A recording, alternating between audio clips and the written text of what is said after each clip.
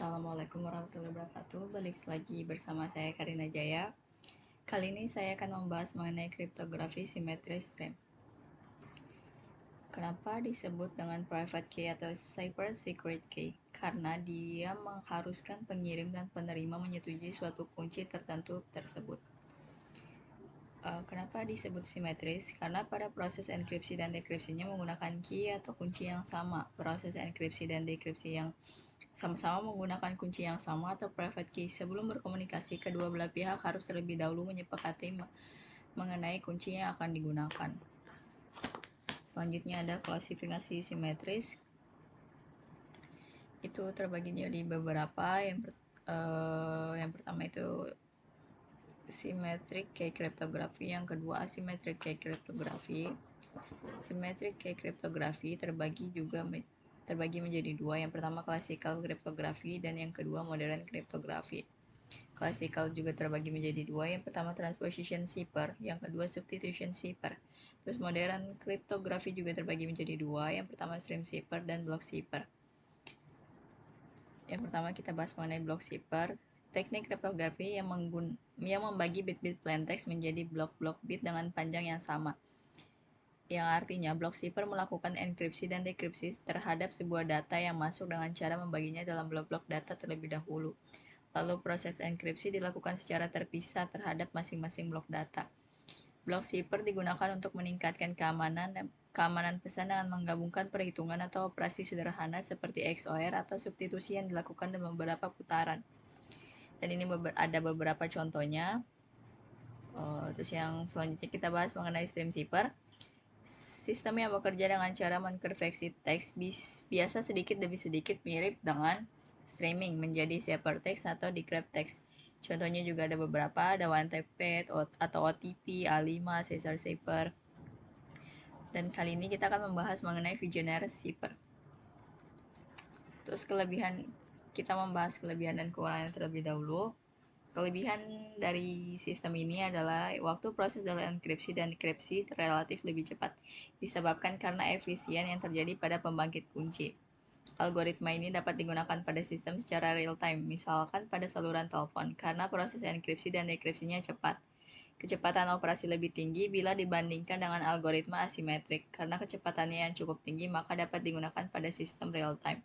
Terus kekurangannya itu untuk tiap pasang pengguna dibutuhkan sebuah kunci yang sama, sedangkan sangat sulit untuk menyimpan dan mengingat kunci yang banyak secara aman, sehingga akan menyebabkan kesulitan dalam hal mengelola kunci. Untuk tiap pengiriman pesanan pengguna yang berbeda dibutuhkan kunci yang berbeda juga, sehingga akan terjadi kesulitan dalam manajemen kunci tersebut.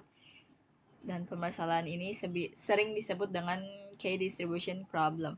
Artinya perlu adanya kesepakatan bersama untuk jalur yang khusus untuk kunci, karena dapat menimbulkan masalah baru karena tidak mudah untuk menentukan jalur yang aman untuk kunci masalah ini.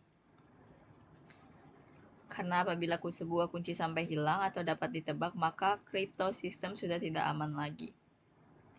Selanjutnya kita langsung ke praktek.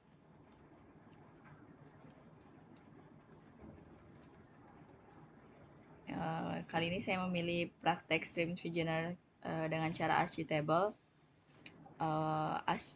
ASCII merupakan singkatan dari American Standard Code for Information Interchange atau kode standar Amerika untuk pertukaran informasi, di mana standar pengkodean karakter untuk alat komunikasi. Kode ASCII mewakili teks dalam komputer, peralatan telekomunikasi, dan perangkat lainnya. Terus ini adalah tabel-tabel ASCII-nya, sehingga kita tidak perlu mendeklarasikan abjad baru kembali, dan juga untuk karakter adalah bebas, bisa huruf besar atau kecil atau tanda baca atau angka dan sebagainya. Terus ini ada script dari ASCII-nya. Pertama kita aktifin dulu XAMPP-nya. Kita aktifin. Terus karena saya udah copy scriptnya di sini, jadi kita running aja.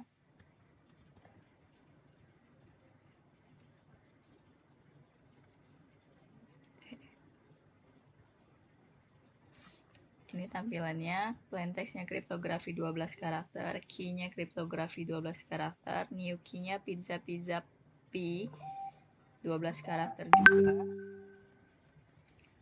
Terus ini adalah zipper-nya 12 karakter dan decrypt-nya kriptografi 12 karakter juga. Semuanya 12 karakter. Terus kita coba ganti plain text-nya menjadi Dina, terus kita save, kita reload. Nah, di sini udah berubah ya, plain text-nya jadi Dina, key-nya jadi Dina, new key-nya Piz.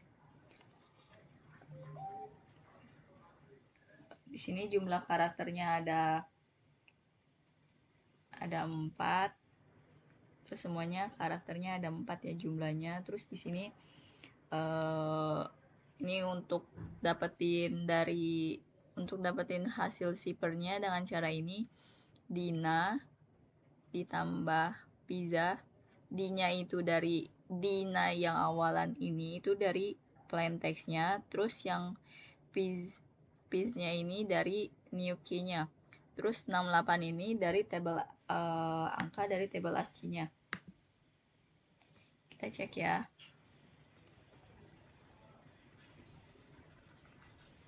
D besar itu 68,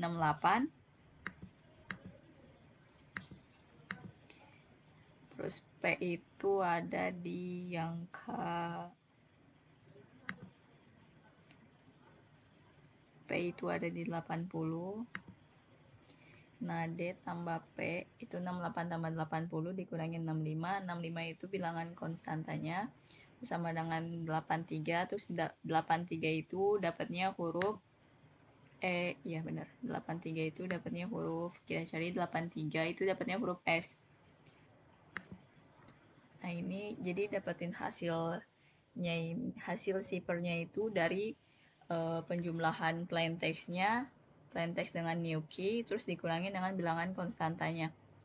Terus untuk hasil decrypt-nya itu, hasil dari zippernya itu dikurangin sama new key.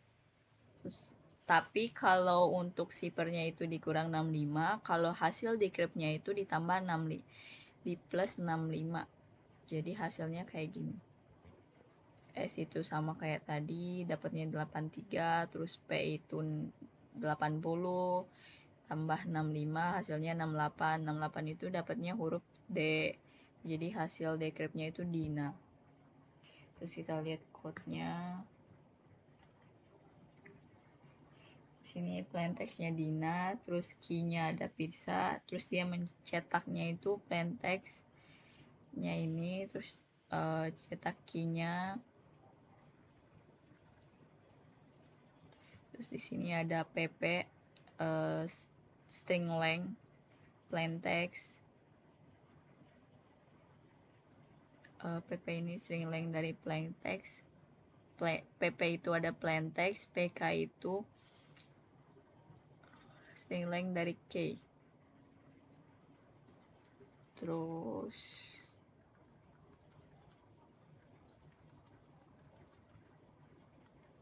di sini ada loopingnya.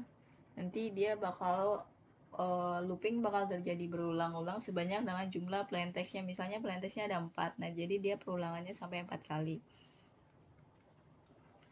Terus ini pengulangannya zipper, terus dapat hasil zippernya, terus sama melakukan looping lagi, terus mencetak decrypt-nya.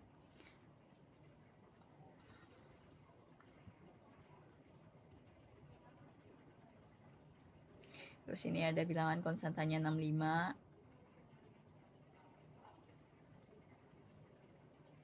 Ini function cetaknya.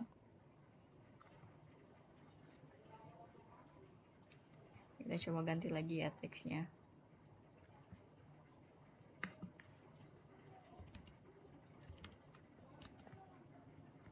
Kita reload. Terus Dina Jaya berubah jadi 8 karakter. Terus semuanya jadi 8 karakter juga ya guys. Terus key-nya 8 karakter, new key-nya 8 karakter, zipper-nya juga sama, decrypt-nya juga sama. Terus ini sama, hasilnya dapetinnya kayak tadi. Oke guys, sekian pembahasan mengenai visioner menggunakan tabel ASCII dari saya. Kurang lebihnya mohon maaf. Assalamualaikum warahmatullahi wabarakatuh.